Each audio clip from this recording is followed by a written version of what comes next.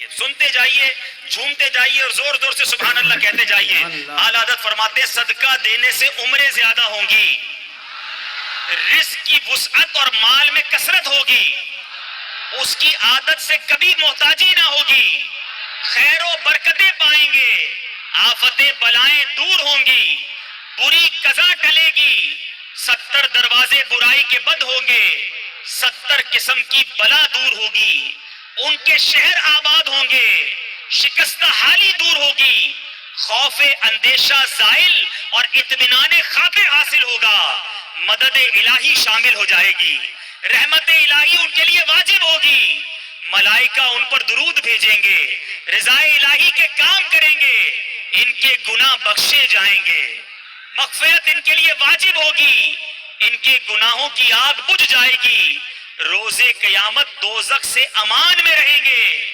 آتش دوزخ ان پر حرام ہوگی، اور اللہ نے چاہا تو نبی پاک کی نالین کے صدقے سب سے پہلے داخل جنت ہوگا. پھر کیوں نہ صدقہ و خیرات کریں، پھر کیوں نہ اللہ کی راہ میں خرچ کریں. ارے دیا بھی رب نے ہے، میرے اور آپ کے پاس تو کچھ بھی نہیں نا اپنا، کس نے دیا ہمیں؟ اللہ نے دیا، اللہ نے دیا، اسی کی راہ میں خرچ کریں، پھر وہ انعام بھی دے، ملٹیپلائی کر کے عطا بھی کرے، پھر بھی ہم کنجوسی کریں. ایسا نہیں کرنا چاہیے. اور جو بانٹنے والا، پہلے ایک تعریف آپ سمجھ لیں، 4 قسم کے لوگ ہوتے ہیں. ایک ہوتا ہے جواد، جس کی عادت ہوتی ہے جھوٹ. ایک ہوتا ہے سخی، جواد کے بعد آتا ہے سخی. پھر کنجوس، جس کو عربی میں بخیل کہتے ہیں. اور ایک اس سے بھی نیچے کا درجہ ہے جس کو کہتے ہیں شوخ. ٹھیک ہے، اب ان چاروں کی تعریف سمجھ لیں. جواد کون ہوتا ہے؟ جواد وہ ہوتا ہے جو اپنی ذات پر خرچ نہ کرے، دوسروں پر خرچ کرتا رہے. اور ہمارے آقا جواد ہیں. نبی پاک اعلیٰ حضرت لکھتے ہیں نا، واہ کیا جود و کرم ہے شہ بطحا تیرا، نہیں سنتا ہی نہیں مانگنے والا تیرا. آقا بانٹتے بانٹتے بانٹتے، یہاں تک روایتوں میں لکھا کہ نبی پاک کے پاس کوئی ظاہری نعمت ہوتی، صحابہ آتے، نبی پاک بانٹتے رہتے. اب ظاہری نعمت ختم ہو گئی، اب کوئی سائل آ جاتا، آقا یہ نہ فرماتے میرے پاس ختم ہو گیا ہے، نہیں ہے، فرماتے جاؤ فلاں دکان سے میرے نام سے خرید لو، اس کو رقم میں ادا کر دوں گا. جواد، نہیں سنتا ہی نہیں مانگنے والا تیرا. اس وصف تک تو شاید ہم نہ پہنچ سکیں.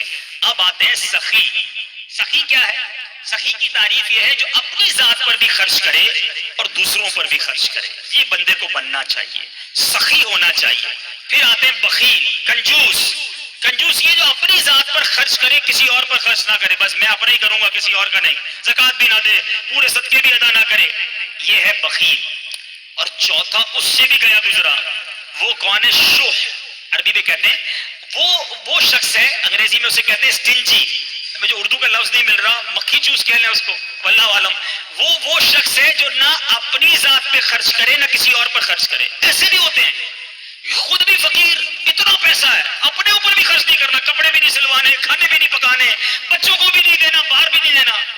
ایسے لوگوں کے تو پھر بچے بھی انتظار کرتے ہیں کہ کب ابا جائیں گے دنیا سے تو پھر ہماری باری آئے گی. تو اللہ ہمیں بخیل اور شو ہونے سے بچائے، سخاوت کی نعمت عطا فرمائے. اب حدیث سناتا ہوں. یہ دونوں تعریفیں کیوں بیان کی؟ حدیث پاک سنیں گے تو آپ کو سمجھ آئے گا کہ سخاوت اللہ کو کتنا پسند ہے اور سخی اللہ کو کتنا پسند ہے. ان ابی ہریرہ قال قال رسول اللہ صلی اللہ علیہ وسلم السخی قریب من اللہ، قریب من الجنہ، قریب من الناس، بعید من النار. سخی جو ہے وہ 3 چیزوں کے قریب، ایک سے دور ہوتا ہے. آقا فرماتے ہیں سخی اللہ کے قریب ہوتا ہے، سخی جنت کے قریب ہوتا ہے، سخی لوگوں کے قریب ہوتا ہے. ہاں ایک چیز سے دور ہوتا ہے. نبی پاک فرماتے ہیں بعید من النار، وہ دوزخ سے دور ہوتا ہے نا. خوش نصیب. اب اسی حدیث کا اگلا حصہ سنو. آقا فرماتے ہیں والبخیل بعید من اللہ، اللہ سے دور، بعید من الجنہ، جنت سے بھی دور، بعید من الناس، وہ لوگوں سے بھی دور ہوتا ہے، قریب من النار، وہ جہنم کے قریب ہوتا ہے.